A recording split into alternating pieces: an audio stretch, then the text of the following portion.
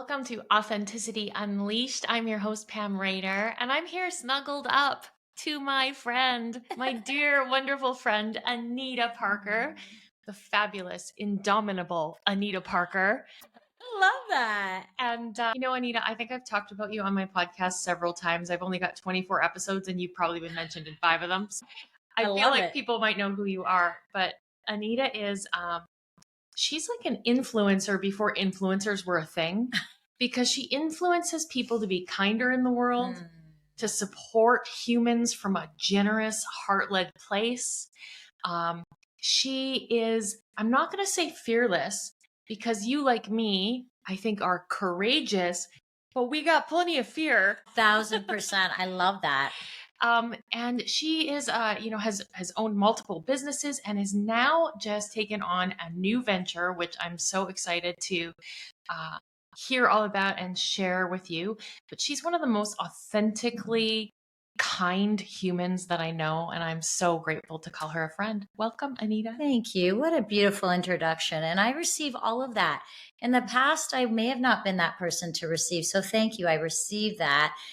And mere reflection, my friend. We talk about these things all the time. So, and you've been a huge part of my story. So I'm excited to be here to share with you and everyone else. So thank you for having me. Yay. Okay. So I'm really excited. You left a career as a dental hygienist. Yes. How long ago now? I left in officially 2021. I handed in my resignation and retired my licenses. Right. Yes. And so you did that to raise your kids and create a source of income. But when would you say you stepped into your passion? I would say definitely during the pandemic. I knew at that point that I actually didn't want to go back to my hygiene career. I was actually taking another path to go in a more educational way and get out of the clinic because it was very taxing on the body. And so I was super excited. I was finishing up my degree, getting ready to start a new position outside a clinic, and everything shut down. So that was off the table. And I ended up actually joining a social network marketing company that to this day is a huge tool that helped me really step into my power, realize, my gosh, I have a voice that allows me to be a service to people, and so much self-development involved in that. And so that was the turning point. Yeah. And you know what's interesting? A lot of people give a lot of flack to those kind of social marketing things and the MLM kind of stamp. But I saw you like take ownership of your life. I really did, because at that point, I mean, for all of us globally, the world had shut down. And I was like, I don't actually care what people think, because I had dabbled in it probably 4 years prior. And I was like, oh my God, what are people going to think of me? I was worried about how I'd be seen. And then when you don't really have a choice of like, or know when you're going to go back to work, especially to a career you don't really want to go back to, I'm like, I'm diving in. I believed in this company. They've been around for almost 50 years. They're certified B Corp. It was like all the things were in alignment for me, and I loved their products. I was using them for years. So I just shared authentically. And I think that's what you and, hundreds of people seen that became my clients, my teammates across the country and into the US. And it was like, holy geez, I have a voice and people want to hear what I have to say because I do care. Yeah. People don't hear what you're saying. They hear who you're being. Yes. And I think that you are so well heard because you're not, you have a great big Instagram following and people love you, but it's not just because of the clothes you wear or that you happen to be beautiful. It's actually because you have this authentic enthusiasm for life and this joy, the joie de vivre, if you will. I love that. And people feel that. And, I think the world wants more of that. And so you magnetize people towards you. Now you've taken that magnetic quality, and you have been involved in restaurant businesses. You've been involved in helping other people launch businesses. Yes. And most recently, you came in to take on 2 branches of wine, women, and well-being. Yes. And so start there and tell us a little bit about that and then what's happening with that now. Okay, so in 2022, I found myself in a room with 600 women here in Kelowna at the Delta Grand. And I had no idea what I was going into. I was actually out for dinner, ran into an old friend, and she said, "Hey, you're going this weekend, right?" And I thought she meant to a friend's house. And I said, "Yeah, I can't wait to see you there. And I haven't seen her in years." She's like, "No, no, no. You need to be in this room. There's this event going on. It's called Manifest. It's through Wine Women Wellbeing. These are all like-minded, high-performing female entrepreneurs." And at that point, Pam, I actually had not built any business really in Kelowna, like brick and mortar. Of course, I had the online business, so I had business partners and clients here for my online business. But I really had no roots in the business industry because I was so busy building, the stuff in Northern Alberta. And so I went there that night. I heard all about Wine Women Wellbeing. I'm like, I didn't even know this was a thing. At that point, there was 26 branches coast to coast. And I found out that night that there was a branch in Kelowna. And I'm like, oh my gosh. Okay. So the words coming out of these amazing women sharing their stories, I'm like, oh my God, this is my social network marketing business wrapped up in Wine Women Wellbeing. And I am bringing this to Northern Alberta. I am creating the stage, the platform for women to be seen and heard. And like, just thinking about it now, I'm going back to that, tears down my eyes, happiness. Went home, told my husband, literally slid into the DMs of the CEO founder and said, "Hey, I was at Manifest. It was unreal." And at that point, I literally pictured myself on the stage with them, right? Because they had influencers, celebrities that were aligned with this brand. I had no idea. And to be honest, I didn't really care, but it speaks to the street cred of what they've created. Yeah. Do you know what I'm saying? So yeah, I went home, told my husband I'm going to do this thing, put into the DMs, and she's like, actually, yes, they want this up there. I have 4 other people that are interested in this branch. And I'm like, well, here's why I'm your best candidate. Okay, I need to pause you for a minute because you did 3 really incredible things because I want people to be success leaves clues. And I want to give people the clues along the way, the breadcrumbs. So first you said you wanted to create a space for women to be seen and heard. So I always say, look for where you can help. Yes. And that's going to be your alignment. Like look for where you can help, where you feel touched and moved to help. Follow that. And then you said, I saw myself on the stage. So you visualized even next step. And then you took courageous action and you did it confidently. So those are the things people can look at you and say, she's so lucky. You know what? It's bullshit. Yes. You are a person who goes after what you want. And there's a process. You look for where you can help. Yes. How can you serve? Yeah. And then you see it like it's already done. And then you take whatever is the next right action. That's exactly what I did. I love that you just pieced that together like that. I'm pretty good at that. You're so good at that. And so that's what happened. So I ended up starting that branch 2 years ago and it exploded. The city, which was Fort McMurray that I started the branch in, was so hungry for a sisterhood, that community for connection, belonging, collaboration was the biggest piece. And we did so much give back. We raised thousands and thousands of dollars for that community. But we collectively got to do that. And that was the piece that was like, oh my God, these women are coming together. They're working together. They're collaborating. And we all have a hand in helping our community. Yeah. It was insane. So I remember when I was doing the season finale last year in Fort Mac, I remember climbing Knox Mountain and going to my friend, like, I want to do this in my backyard because Kelowna is my home. It has been for 18 years. And I literally got a call the next day saying, hey, can you help out the branch in Kelowna? And I was like, heck yeah. So what ended up turning out to be helping the branch turned out to be, I took the branch over and the director at the time was like, I think you're actually the best person for the job. What do you think about taking it on? And I'm like, oh my gosh, I'm going to actually build business where I live in something that I believe fiercely about. And also scared as anything because I had really no business connections. I know a ton of people in business here in Kelowna and the surrounding area, but I didn't have those full on connections. So when I started the branch in Kelowna last year in September, people thought I was new. I always laugh when people are like, Anita's like, really, she's like brand new to town. I can't believe what an impact she made. I'm like, what are you talking about? I've known her for 100 years. Yeah. What are you even saying right now?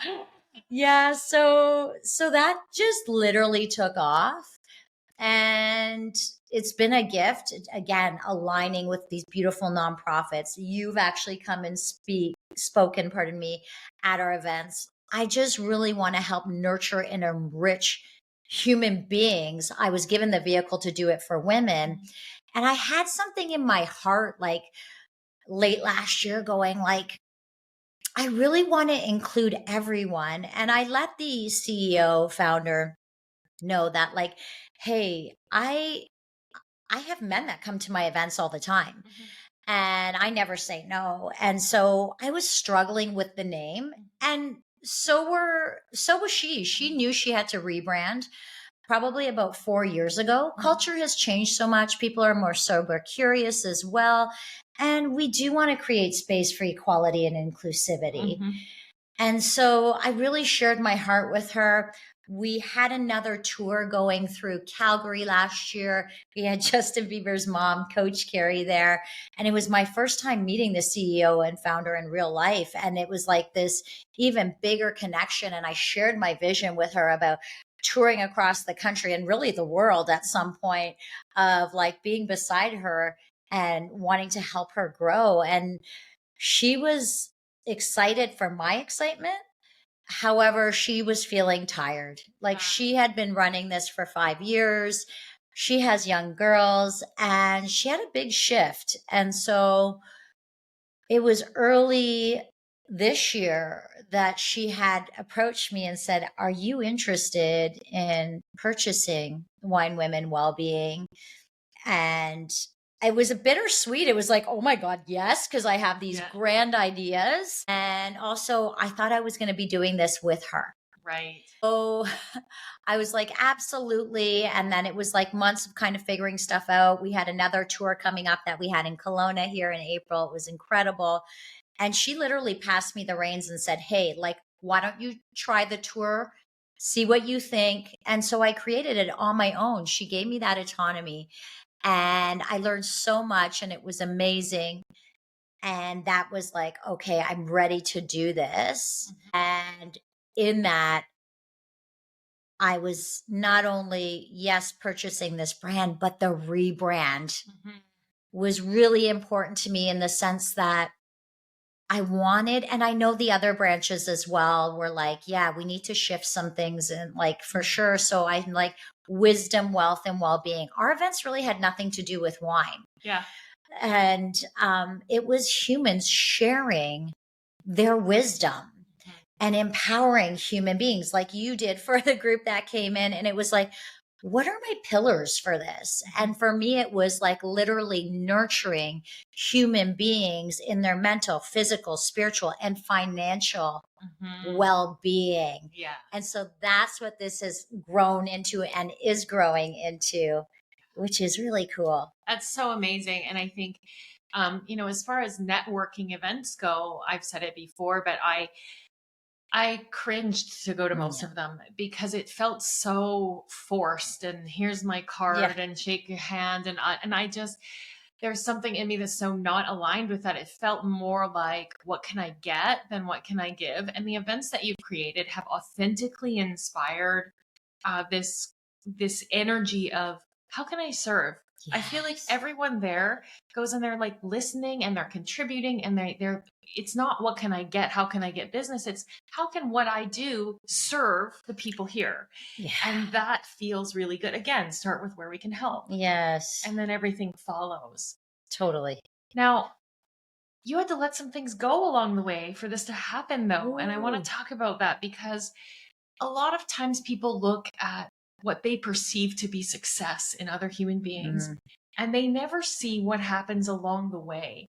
And I know for myself, there has had to be a lot of letting go, a lot of releasing, not only things that don't serve me anymore, but things that I loved and identified with. And, Yes. and tell us a little bit about letting go. Yeah, I think the biggest I think former Anita would have been like, oh my gosh, if I'm letting this go, I'm a failure. Mm. Like, I think at one time I had 5 different businesses. It's kind of, I really bought into a hustle culture because I've always worked so hard for things in a way that's beautiful, not terrible. And so it was like, if I'm going to not do this, then what are people going to think? But what ended up happening is it was authentically happening, like the social network marketing business. I still service my clients, but I don't build a team anymore. Yes, I get to be of service in a different way. So I let that go. I had another business where I was like, okay, I was doing a luxury resale brand of all, the fancy schmancy stuff. And it was like, this is just a fun passion project. It's not my purpose. The restaurants, I think we really convinced ourselves that we needed to maintain and keep that because it was a main source of our income. But the reality is it hurt us even more to keep it going. And you start thinking like, okay, but people are reaching out and they want you to mentor people and they want you to, do this. And for me, the restaurants were always a platform to give back. And we did a lot of community give back. And so it was interesting. I was on another podcast the day I let go of the first restaurant. And that restaurant was a franchise. And we tried so desperately to make that work. And the franchisor just wouldn't budge on any suggestions. And it literally, like, we were pouring blood. And it affected our other restaurant. And a couple months later, we were faced with, hey, we gotta close this too. If we want to move forward and do the things like of passion and turning it into purpose, we have to let go. And so for me, when I was on that podcast that day, I'm like, this is actually a victory for me. Yeah. This is what I need. Yes, it feels like crap to close a business. You don't go into business thinking you're closing it, but it was necessary to move forward. And then a couple months later, we were in the same position. And this was independently owned by us, but we're like, this economy is it's tough. It's brutal. It's tough for people out there. Hospitality, when I see people opening restaurants, like, good on them. And also, holy crap, like, unless you really got a big niche or following, it is a tough time. And that community in per se, like, there's businesses closing daily. When you see a huge corporate close out there, like 3 locations, it was like, oh my God, we got out and we should have got out earlier, but this was our time to get out. And so now we just move forward. Has it hurt us? Yes, but we go forward. Well, here's the thing. I love everything about this because it takes courage to let go. Like you said, it was your main source of income. And, my yoga studio used to be my main source of income. And now it drains me a little bit financially. Yeah. And there's some things I have to look at there. But it is a passion for me, and though I have to look at letting go of the way I've done business in the past, and is there a new model and all of that. But what I want to get to is this: when you see successful people, the one thing they have in common is a shit ton of failure. My God, yes, failure. That's the thing that we all have in common. Totally. But it's like, are you willing to fail? And I think that the courage to move forward comes when you have taken the leap and you've failed. When you've taken the leap, you've exited from a plan B. And when you don't have a plan B, you have to make plan A work. I know, I've lived this. And that's what I mean. So many people cling to what's old and they've got plan B. And so they wonder why their new plan doesn't work. But I believe we have to let go of plan B to make the new thing work. So I think that it's important for people to understand that business evolves, the economy changes, everything changes. And what once was great will go through a cycle where it's not. And it's totally, our success just lies in our willingness to not be attached to an outcome. We have to pursue the passion and the purpose, and then also act like a business person and look at the numbers. Yeah, like you have to look at the numbers and knowing when to say no to certain things. And that was, in the past, it's like, oh, but I really want to help and do this, except I'm sacrificing me. Yeah. And so I just said no to something recently, and it made me sad because I really wanted to be of service. I wanted to be a part of this. I was a stand for this. And it's like, no, the numbers show me I can't do this. Yeah. Yeah. And it doesn't make it wrong or that I'm not helpful. I am being my most helpful, taking care of me so that I can be a better service down the road. Yeah. And when you look at the numbers in a business, I always say when you have more, you can help more. Yes. And if you're bleeding everywhere, you're not going to be able to help anyone. No. And I've been in that spot. Like it's not fun. And the best thing you can do is know when to say no and literally cauterize and move forward. I like that, cauterize. Yeah. Totally. Stop the bleeding. Stop the bleeding. Oh my gosh. Okay. I want to switch gears a little bit. I was privileged to watch you speak at your own event not that long ago. Mm-hmm. And I've known you a long time, and you've always been very forthright and authentic, but you're starting to share deeper truths, like nothing held back. What precipitated that shift? You mentioned this earlier. I think your wording was around the whole, oh, well, of course she's got that. She's lucky. Mm-hmm. And I will say that luck has had nothing to do with what has happened in my life. I believe that it is my courageousness, my bravery, my faith that has gotten me to where I am. Yes. You know what? It's not that we don't have fear. I just have faith that's a little bigger than my fear. 100%. And that was innately built into me when I as a young girl, because people will be like, so when did you know you were a woman of faith? And I'm like, I've never known anything different because the way I was raised. However, in that, I felt like as a leader showing up as, hey, here's actually the road that I took to get, some of it was just circumstances that I was part of. Yeah. And so I don't want people to think that, hey, of course she has that. Of course she's doing this. It was like, you actually need to get to know me. I want to share with you that my road has been very turbulent since I was a little girl. I was the baby. I was the last of 3 kids, and I was the mistake to help bring the marriage back together. But my parents never did end up making it. My dad left when we were really young, and so there was a lot of uncertainty growing up. And I dealt with a lot of abuse from the age of 5 to 12. And because of that abuse and not understanding, back then things like that weren't spoken about. There's so much education now, which is such a gift. But it was like, you just bury it. And so as a teenager, I buried it in drinking. I buried it in drugs, finding love in the wrong places, which led to me getting pregnant as a teenager and not keeping the baby. And it wasn't really, I held that for 30 years, holding in my head what a horrific person I was, which I know I'm not. But you have these feelings like, oh my God, I actually took a life and I'm a shitty person. And it wasn't really until earlier this year. That was the final piece. I had worked on the childhood abuse. And still continue to in different ways. It just comes up in different ways now.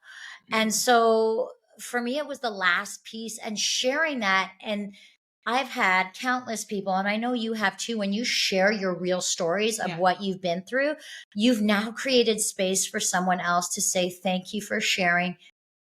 Also happened to me. I didn't realize how much I was burying that, so it was just important for me to share that, I'm not just my fashion. I'm not just my, my face or my kind words and my love and passion for community and connection and belonging. It was but I had to get there, and my road was tricky, failed marriages, the list goes on. And we're in a really solid club together. I know we are. I know we are in such a solid club together. And so it's like I want people to know that my life has not been perfect. Yeah. And I love that you're sharing that. And what I see, and I spoke when I had Alex Veig on just a little while ago, we were talking about sharing your stories. And I always say, if you're going to tell the truth, tell the whole truth, nothing but the truth. Yes, totally. Because if you hold something back, then that shame owns you. Totally. And it's always in the back of your mind, and it will always keep you small to some degree. And the minute that you share your story, you now own the narrative. No one can take it away from you. No one can out you. It's so important that we recognize that we get our power. The thing that we're afraid of other people judging us, right? But here's what I have to say about that. Yes.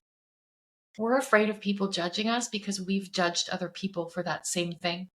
And so the healing comes in when we go, ooh, the only way I can heal is if I stop judging other people. And in order to stop judging other people, I have to share this. Honestly, 100%. And I knew earlier this year, this was like, I remember having that conversation with my husband, I have to, first of all, I had to share with him because I went for a healing and a clearing, and I had to share with him. I wanted to share with him. And then it was like, and tell him, listen, I need to share this last truth for me to be the leader and the change maker I want to be. And he got that. At first, when I started sharing my story about like the childhood abuse and actually one of my good friends, her brother, like he raped me, and he was supposed to take me home, and it turned into something completely different. He at first was like, why are you sharing this? Like any of the like famous people, he actually mentioned Tony Robbins. They don't really share this. And I actually remember talking to you about this because I was really like, oh my God, maybe I shouldn't share. And you're like, no, he shares all of his stuff. And as a leader, I'm responsible for sharing my truth, for walking it. Yeah, if we say to people, I'm creating a space for you to share your truth, and we're holding back, that's hypocrisy. 1,000%. Right? Now, I'm also aware there are certain layers of truth that we're not always ready to tell, and that we have to have compassion for that. But to the best of our ability, you heard me speak recently at the addiction event that I spoke at with Luke and Doria and Alex. And and you said, I've heard your story so many times, but I never heard that aspect of your story before.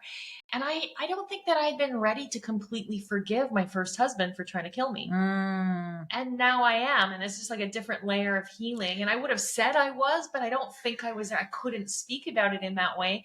We get to different layers that we can access. And that's why I think sharing is so important, because as we share, we heal one layer and it makes another layer available to us to heal.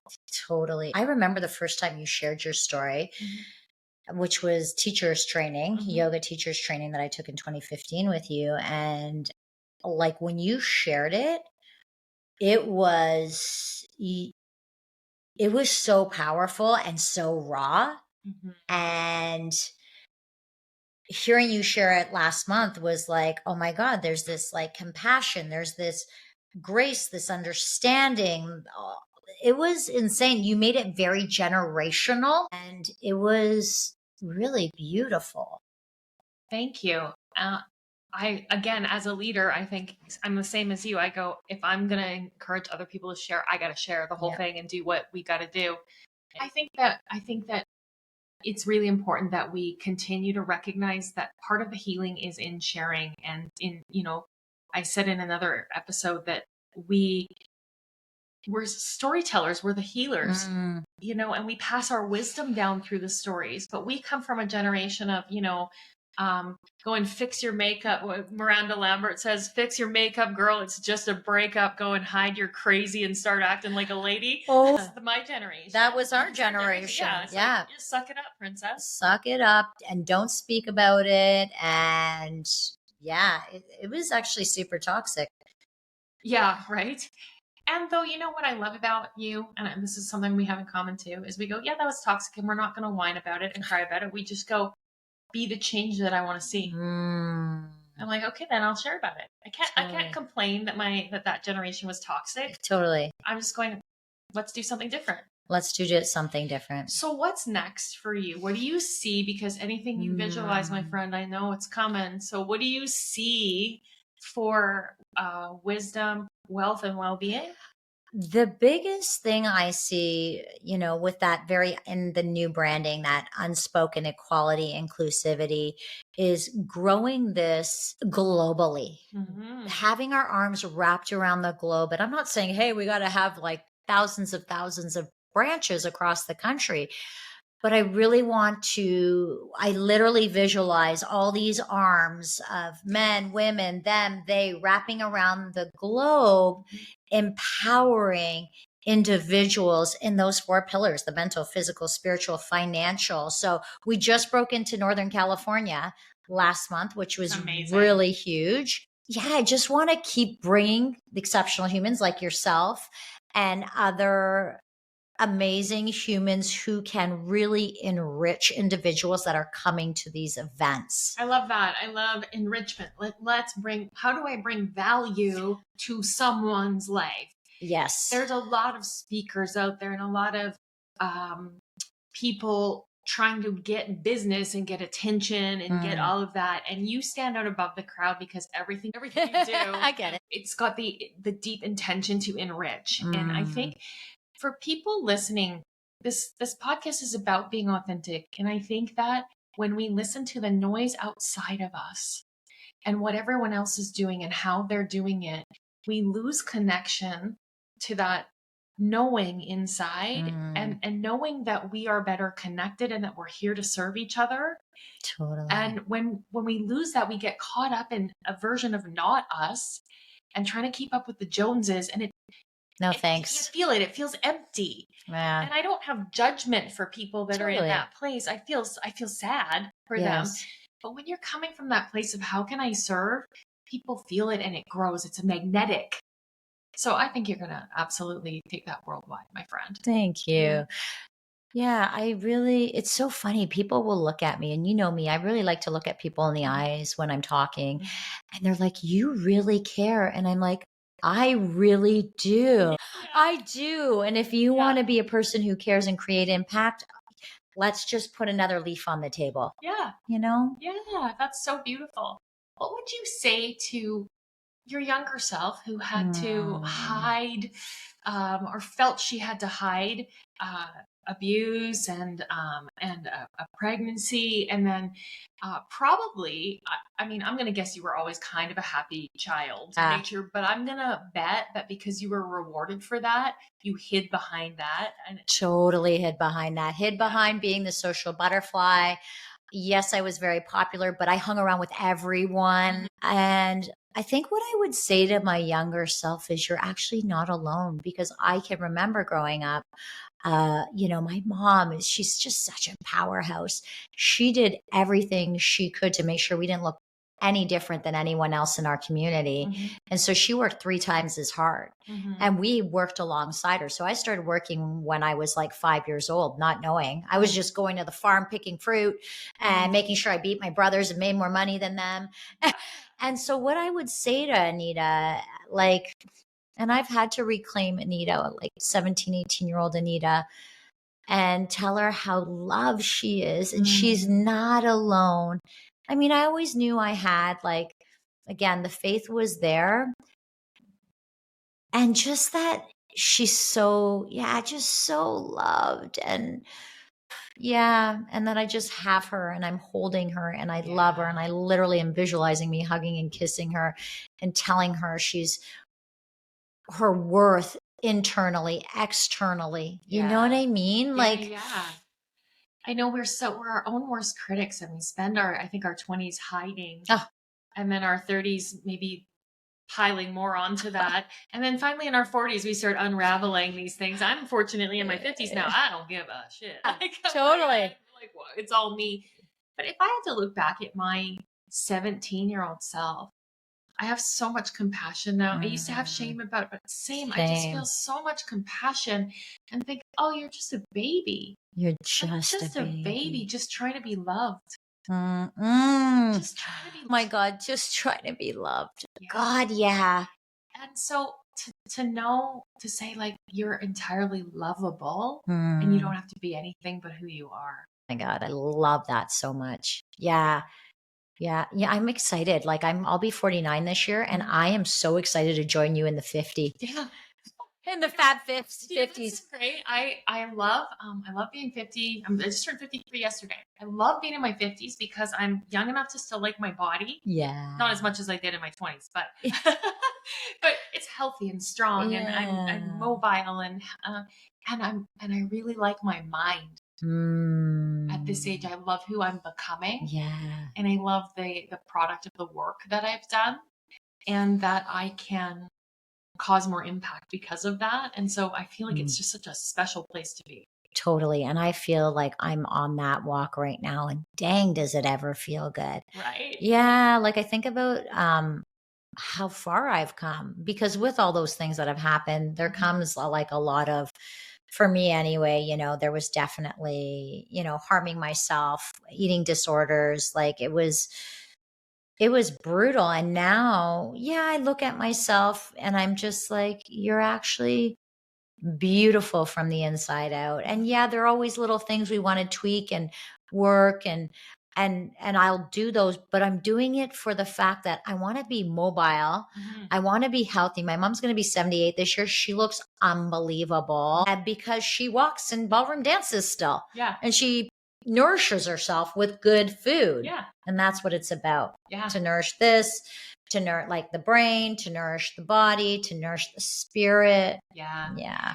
And this is the other thing that I want to say about this. Like, I'm so grateful to be in your orbit because in order to maintain this kind of level of growth and authenticity, we have to surround ourselves by people who are doing the same. Environment is everything. And if we're surrounding ourselves with people pleasers, keeping up with the Jonesers, people who are allowing external sources to direct the course of their lives, we become like the 5 people that we spend the most time with. Totally. And so it is of the utmost importance to me that the people I connect with and surround myself with are digging into their authenticity and then holding me to account for that too, you know? Absolutely. Yeah, it's so interesting because you know me, I want to support and empower and help human beings. And what I'm noticing with even, you know, sometimes I'm like, I guess I'm not for that person. Yeah. But, you know, really, they're not for me. Yeah. I just had this talk with Alex Yeah. recently, and I was like, I was hurt because someone who is so nice to my face, but yet has blocked me on Instagram. Oh, ouch. And I was like, are we 12? Are we 12 years old? And I'm like, oh my gosh, they're probably uncomfortable because they see that everyone else sees who I am and it's bothering them. Yeah. And in that moment, I was like, I was hurt. It was in the evening. I went to bed a little bit hurt. Yeah. Like, why? And then I'm like, oh my God, you're not for me. Yeah. And I've been cheering you on. And I'm like, you're uncomfortable because you see who I am authentically. And so does everyone else. And for some reason, it's threatening to you. Well, do you know, I have a theory that when we're looking at someone who's shining brightly and authentically, and we haven't done the work, we haven't looked at our own, you know, some people call it shadow work. I'm not the biggest fan of that because I think it gets misused, but just like confront yourself, like take a real look and do the work. And so they're looking outside to do the one-upmanship, like at least I'm not like that, and that's to this. And so the comparison, and as soon as people are in comparison, I know they're insecure. Totally. And when somebody as bright and shiny as you are comes around, that's a big, like a supernova star shining over them. I love that word. That is so my word. And it's like they can't, their shame can't hide, and so they deflect. And it's, you know what I do? I just pray for them. And that's what I did. I actually prayed for them because this has happened to me once before. When I was growing huge in my success with that social network marketing business, there was a girl, her and I were constantly growing and hitting the next levels together. And she actually closed me down on Instagram, and we had a talk. Like, I reached out to her and said, hey, like, what happened? And she's like, it was just so hard for me to watch you succeed. And it was a comparison thing. And I'm so sorry. You're just being you. And that's on me. Yeah. And I'm like, listen, I want you to know I also had those feelings. And I remember saying to like my best friend who I was in the business with, saying, hey, like, oh my God, I'm not good enough. And it's like, no, I'm great enough. And I was also diving into so much work with you at that time. And it was like my lower self, removing that and getting into my higher self. But I know that's what this is. And I was like, no, I'm going to pray for you. And I will continue to show up and be nice to you and support you. But that's on you. And I'm here when you're ready. Yeah. And though, when people show themselves to us in that way, it's okay for us to say they're not for me. And so I like to think about it in terms of my inner circle, my people that I know are going to hold me up and actually nourish and nurture me. They get full access to me. Totally. People that show me that side of them, it's not that I don't pray for them or celebrate them or wish them well, but they don't get a backstage pass to me any longer. No, totally. I love that. Yeah, you just don't. No. You're in the nosebleed seats now. Totally. And I'm still cheering for you, but you don't get access to me. No, you don't get the VIP access. Yeah.